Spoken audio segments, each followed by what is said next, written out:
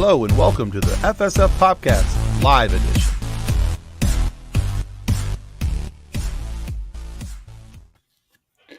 Well, hello kids and cadets. Welcome to the FSF PopCast Live at 5. I'm here joined by the one, the only producer John, the man who makes our crap sandwiches look a little bit better. Yeah, there's no editing out the ums tonight though. No, there is not. No.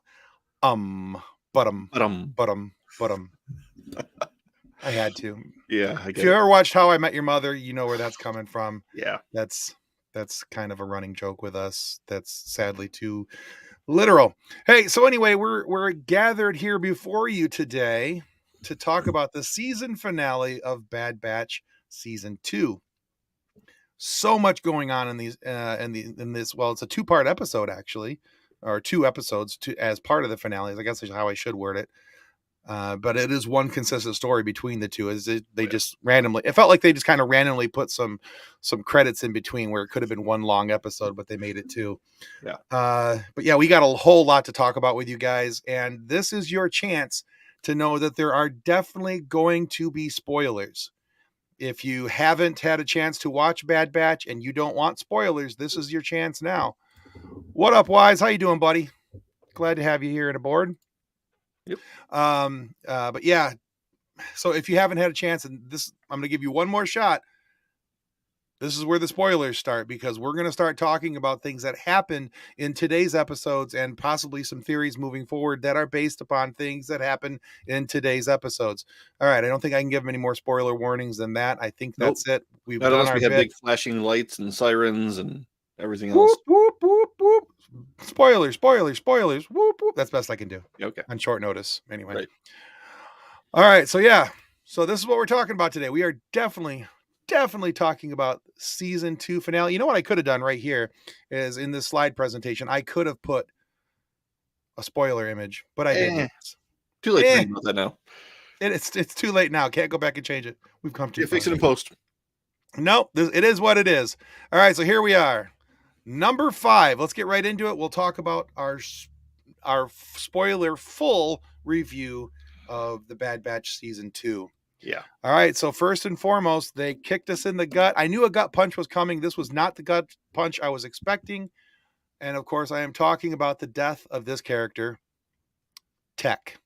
Yeah. I honestly thought going into today's episodes that it was going to be Echo, just based on some of the stuff that happened in the last couple episodes.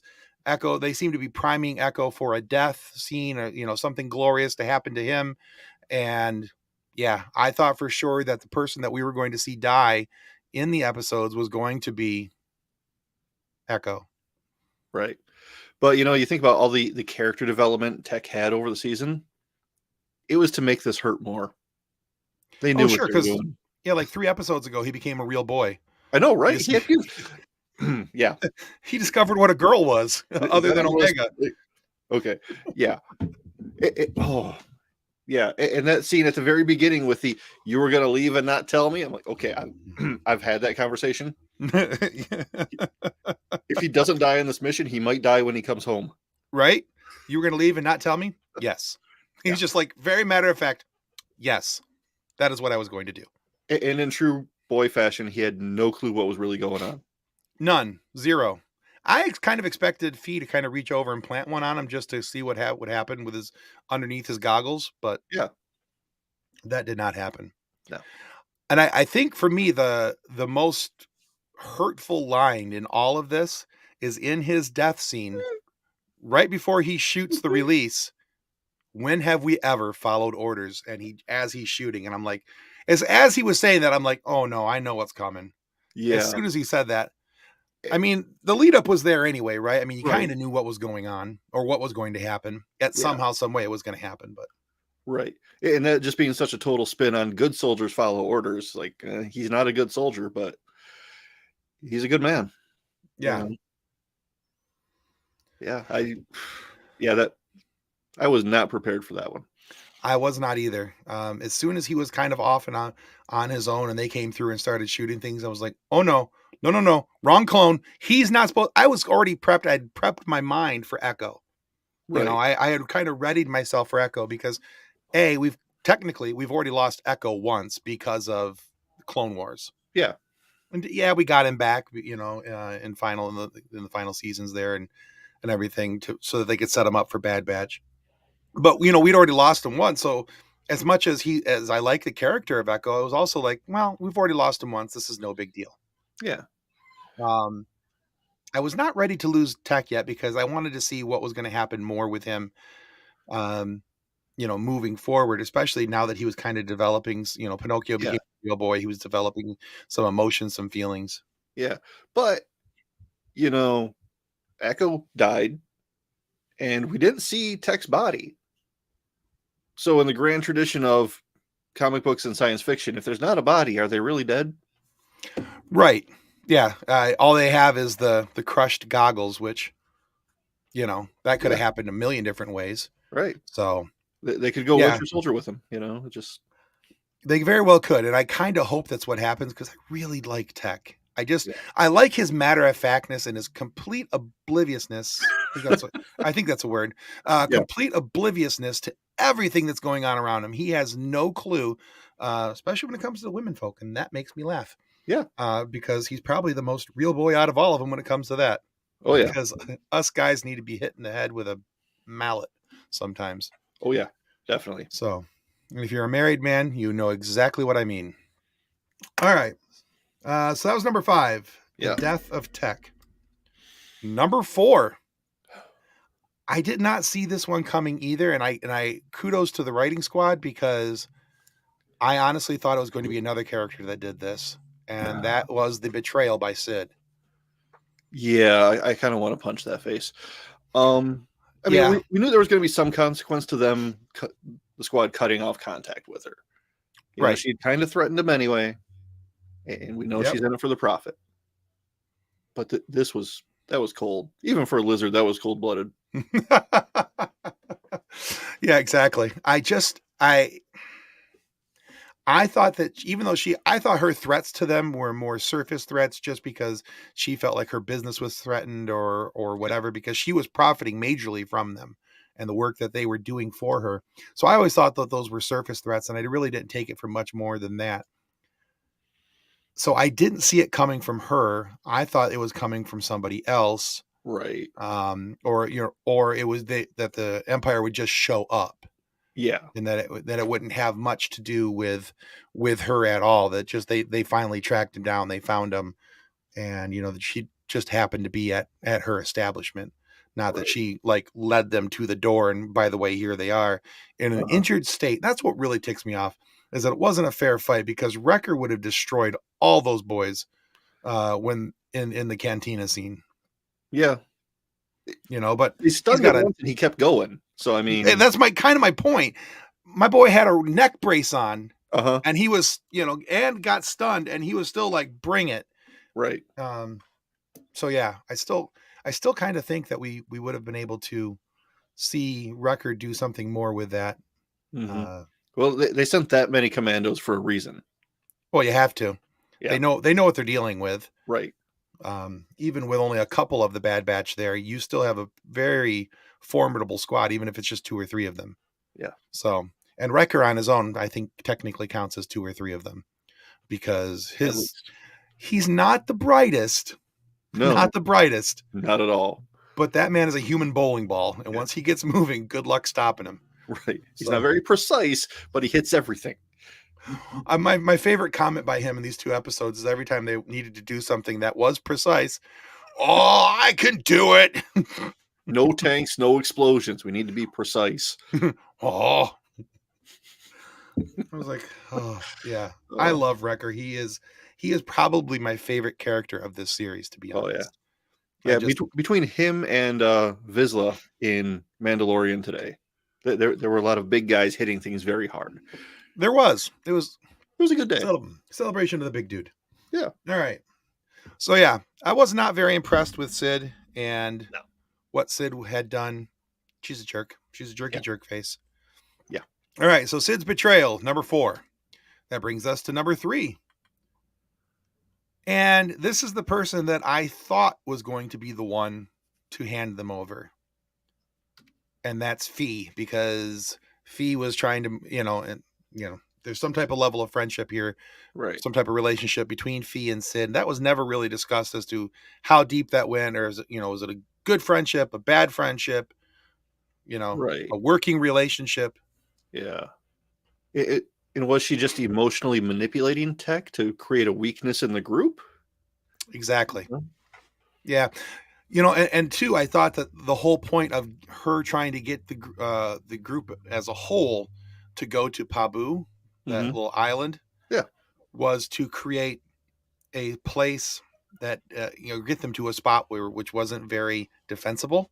Right. They don't have a lot of weapons on that island. They're Mhm.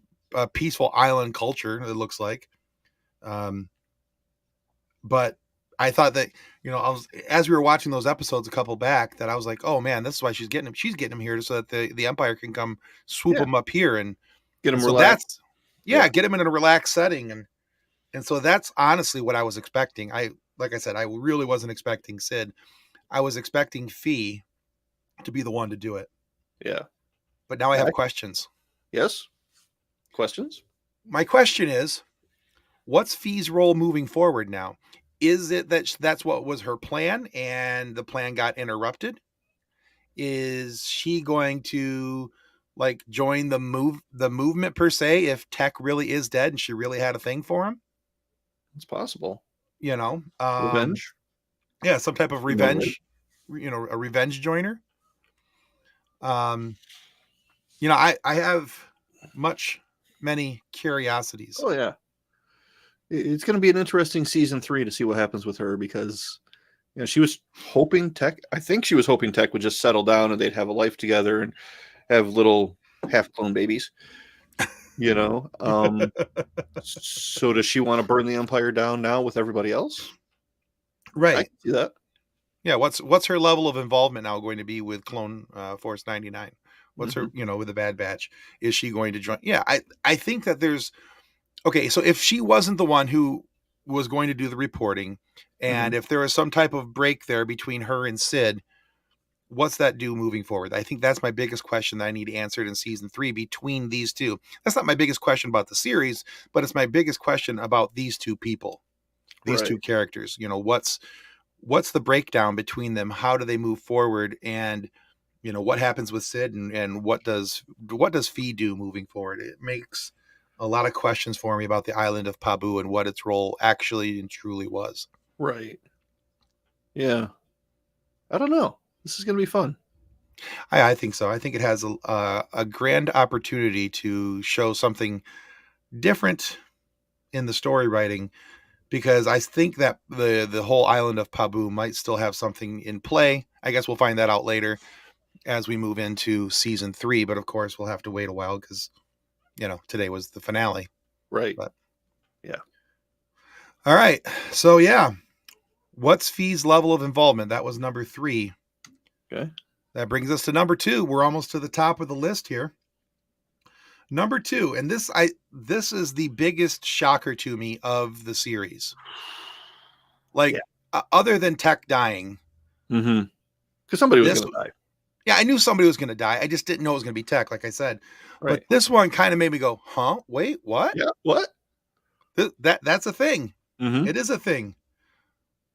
Omega has a sister. Yeah. And the way that she's drawn, it's an older Omega with brown hair. Yeah. Just, yeah. Her name, by the way, is Emery Carr. Okay. I did not have I, a chance to look that up. I had to look that up because trying to find a picture of her was difficult. Had to go back, find the cast list, find out, who voiced her, everything else. Mm-hmm. Voiced by the amazing Helen Sadler, by the way, Oh, okay. who we met at the Grand Rapids Comic Con. She was really awesome to talk to.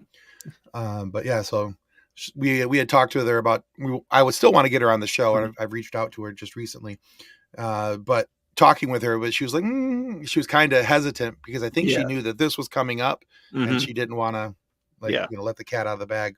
Right. Plus, there might be some mouse ear NDAs that were holding her back. Yeah, we totally respect the mouse. Mickey is my We mouse. do, yeah. Especially when he carries a lightsaber.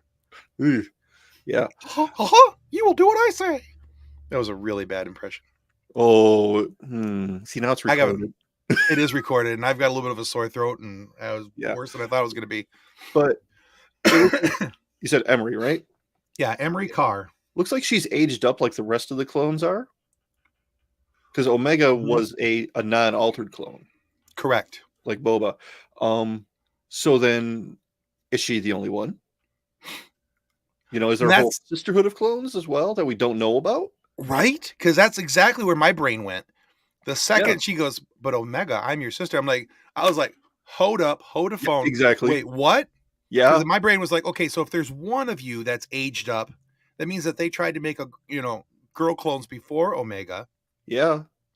And that tells me that Nala Se has other Omega types out there that are possibly aged up. How many other projects were there? Right, exactly. So, did any of these escape into the wild? So to speak, out into the galaxy? And hello, Kathleen. We are so. Thank you very much, scruffy looking nerf herders. Thank you for herding the nerf for me so I could be here tonight. She's adorable, but she needs a lot of herding. There's a lot of questions surrounding her for me. Yeah. And most of it has to do with not even the fact that she's Omega's sister. Now it's okay, how many sisters does she have? Exactly. And are they all exact clones? Off the same genetic batch like Omega was, off directly from the Jango Fett sample? Mm-hmm. Or are they strand cast on the way down? I have questions. Yeah. I need answers. I do too. I don't know that we're going to find out enough about her until season 3 breaks. Right. Because, I mean, a lot of what we're discovering with Omega is all new ground. We're talking about characters that did not exist in Legends and, right. In the extended universe. New stuff. Yeah, it's all new content. It's all new sandbox where we all get to go play and have fun. And I love it when they're trying to tie in the old with the new and the new with the old and all this type of stuff. And or they bring somebody out of Legends and bring them in. I think that's really cool.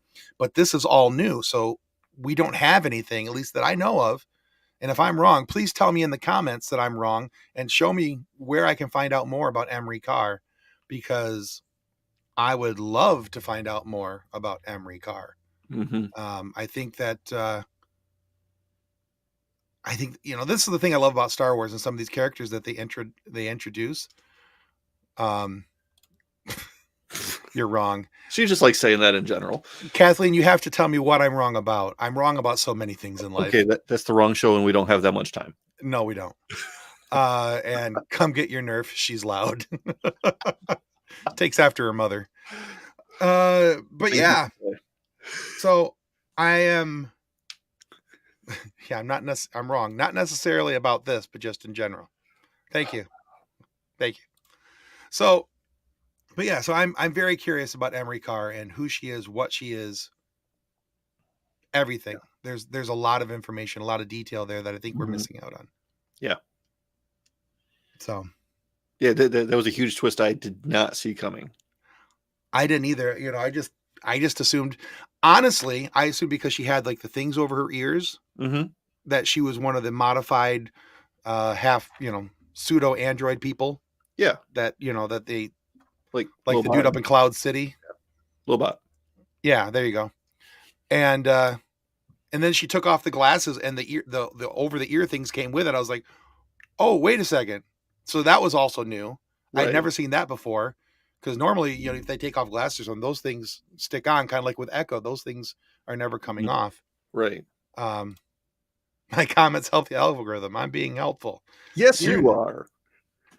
You're being two things. You're being helpful and something else, but we'll talk about something else later. So, but anyway, so that's number 2. And like I said, to me, this was the biggest, most shocking thing that was revealed in the season finale was the fact that Omega has a sister. Yeah. And I can't do the Darth Vader sister voice right now. My throat is too shot. It's okay. I'm not going to try it either. Oh, I wanted to have that on recording. Okay.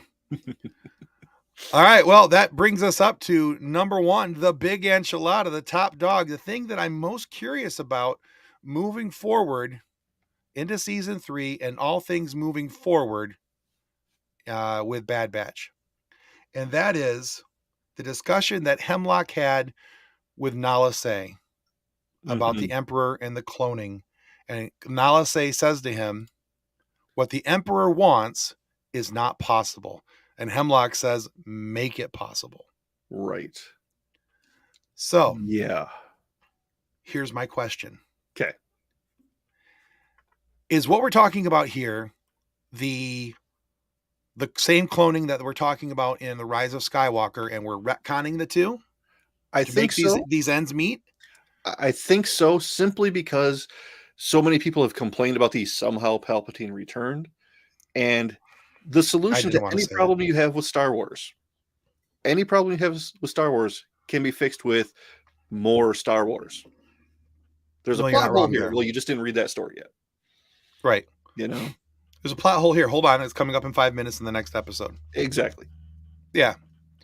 Which was basically what season 7 of The Bad Batch was. That was a whole lot of retcon and fixing some massive plot holes as to where Ahsoka was and what was going on and all that kind of stuff. And I know that because, frankly, I just got done watching that.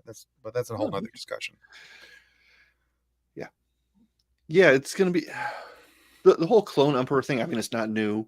I mean, that was one of the first comic book stories that was done in the 90s, I think. Because it was Dark Empire. Yeah. Dark Empire too. You know, the Clone Emperor coming back and wreaking havoc. I mean, the story's been done before without much backstory leading up to it. It came out of nowhere. But I think they're just trying to make it a little bit better when you look at the whole. You know, you get to episode 9 and see how, what, why? We had no clue this guy was coming, but if you watch it in timeline order now, right, it'll fit right better. now that there's like some precursor to that, you know, that might be the thing. Right. But the other half of my question is, okay, so if it is the retcon, and that's fine, that actually helps episode 9 be a little bit more of a solid movie. It's going to need a lot more help, but it does help. But is this the only portion of what the Emperor's plan was for the cloning? Is there something more? Because, or are they still just trying to unlock it for the transference of his consciousness and the transference of his force powers? Or that's what they're trying to unlock? You know, because they have the cloning portion down. Nala Se can get them through cloning. Right. I'm pretty positive of that. You know, because that's what the Kaminoans did. They were experts at cloning. Right. And she was one of the lead doctors / scientists on Kamino. Yeah. So is that the aspect that they're going for, that they're more concerned about what's happening there? Or is there something else that the Emperor wants to be able to have cloned or do with cloning that we don't understand yet? And maybe is that what Nala Se is referring to when she says what the Emperor wants is not possible? Right. Or is it just not? Yes, they are. They are using a cartoon to fix somehow Palpatine returned, which is the best thing to do because we're going to watch a cartoon. We like cartoons. Yeah. Well, you know, like we were just saying, they use Clone Wars season 7 to fix the storyline issues of where Ahsoka was during episode 3, Revenge of the Sith.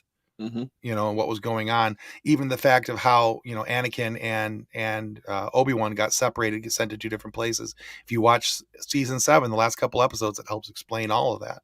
Yep. And it helps set up for the future for her return in her own series. It's kind of amazing how they did it, honestly. So my theory is that, you know, the obvious plot is that they have the cloning down, but they can't figure out the midi-chlorians. They need Grogu for that, you know. So that's why, you know, Grogu ties in all this. But that seems a little obvious now. Like, we all see that coming. So there's got to be something else, something we haven't learned about yet, some new, something hidden in plain sight where we're just not seeing it. Exactly. You know, you have a sister type thing, which... Sister. Yeah. That's the best I could do. Yeah. But, so, yeah, that actually makes a whole lot of sense to me. And I look at that and go, okay, so they're hiding something in plain sight. Maybe that's, you know, because the whole Grogu connection actually, again, makes more sense. And I kind of wondering now if we're going to see some type of Grogu cameo in Bad Batch season 3. That could be interesting. because I mean, realistically, if that's the angle that they're going to go for and they're going to tie it in, there has to be something in Bad Batch moving forward. Yeah. So if they have it where he's like, even if it's just for a moment that they show him in his little, floating stroller thing, maybe that's what it is. And Or they reference him, or they show him being tested or having blood drawn or something. Or do the Bad Batch show up in one of Grogu's flashbacks in Mandalorian? Oh, well, yeah, that's another way to do it too, because he started having flashbacks, of course, with the last couple episodes, and Yeah. we got to see our dude Ahmed Best have a chance at being an awesome Jedi. Yep. I loved that. Yep. So, yeah, lots to wonder about, lots to be curious about moving forward. But with everything going wrong, people dying, getting captured, the group being split up, this is the end of a great middle act. Yeah. It's like the end of Empire Strikes Back. Everything's gone to crap. How are they going to win? And then, eventually they do. Right. So, I mean, are we just going to get 3 seasons of Bad Batch? Have the beginning, middle, and end, a nice, clean story laid out and organized so everybody knows how it ends when they start working on it? Disney. Kind of what they do. They do, but they also like to leave these gaping holes open where it seems like a seeping, festering wound that you have to wait for like a year till something else comes out to fix it. Right. Yeah. And that's what I'm most afraid of. The wait. I'm afraid of the wait, and I'm afraid that somewhere along the way, one of these things is going to get canceled in the churn cycle that Disney has of hey, we're going to do this thing. Oh, just kidding. That thing's not going to happen anymore. Hey, we're going to do this thing. Oh, just kidding. That thing's not going to happen anymore. That's what I'm really afraid of. Yeah. But I think with the shows they've established that work, Bad Batch, Mandalorian, Andor, that they have their plans laid out. They know what they're doing. Those ones at least will happen. There's the hope. It's a new hope. But it's a new exactly. I try. All right, let's quickly go back through our top 5 here. Just as a recap, number 5 was, of course, the death of Tech. Number 4, the betrayal by Sid. Number 3, what is Fee's role moving forward? And is there something going on between Fee and Sid that led to everything that happened? And where does Pabu fit into all of this?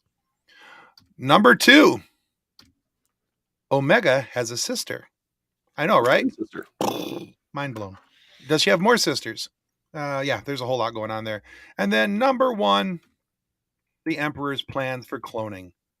What's going on there? What's happening? And how does it affect the story moving forward?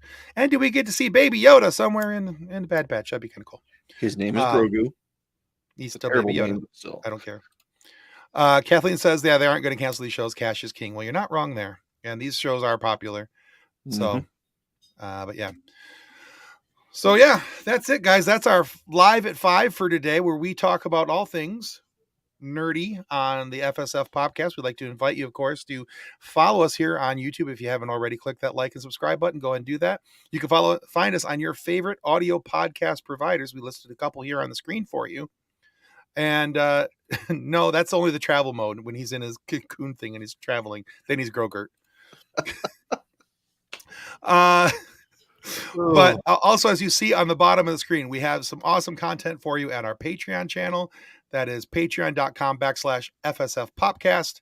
You can find us there, and there is some really cool stuff on there. Some early access to episodes on Wednesdays before they come out on Fridays. You've got exclusive content for a Stargate SG-1 review that we're doing, and that is a Patreon only exclusive. So if you love Stargate, you might want to get in on that. We're having some fun discussions. And of course, you can always comment on those in our Patreon page. We'd love to talk with you. But hey, if you want to just talk with us for funsies, we do have a Discord channel. You're like, Discord? Do you have a Discord? We have a Discord channel because Discord is fun and we're having a lot of fun with it. So, we want to make sure that you guys know that you can join us there on Discord. And yeah, just come chat with us, because honestly, we talk about a little bit of everything and we have fun with it. So much randomness happens in there. It's an extreme amount of randomness that's had fun with. Uh-huh. And so this will be in the comments. It's also down in the show notes down below. But there's the link to our Discord channel. If you wondered, yes, I was stalling. I was trying to find the Discord invite because I wondered what you were doing. That's what I was doing. Yes. So yeah, come find us on Discord. Come find us on Patreon. Follow us on all your favorite audio podcast providers.